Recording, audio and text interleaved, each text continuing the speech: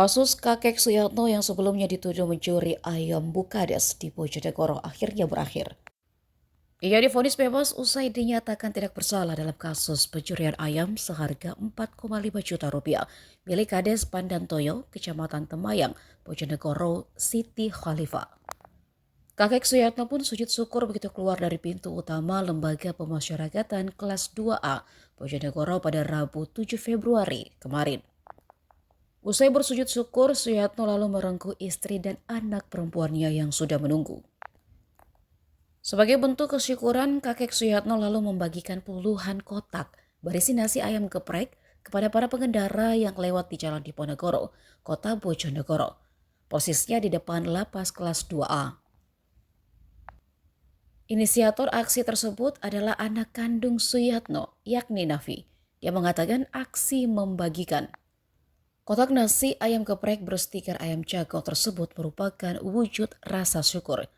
Ditanya apakah aksi ganjil tersebut sekaligus merupakan sindiran terhadap perkara pencurian ayam jago yang sempat melilit bapaknya, perempuan berkerudung ini tidak berkomentar.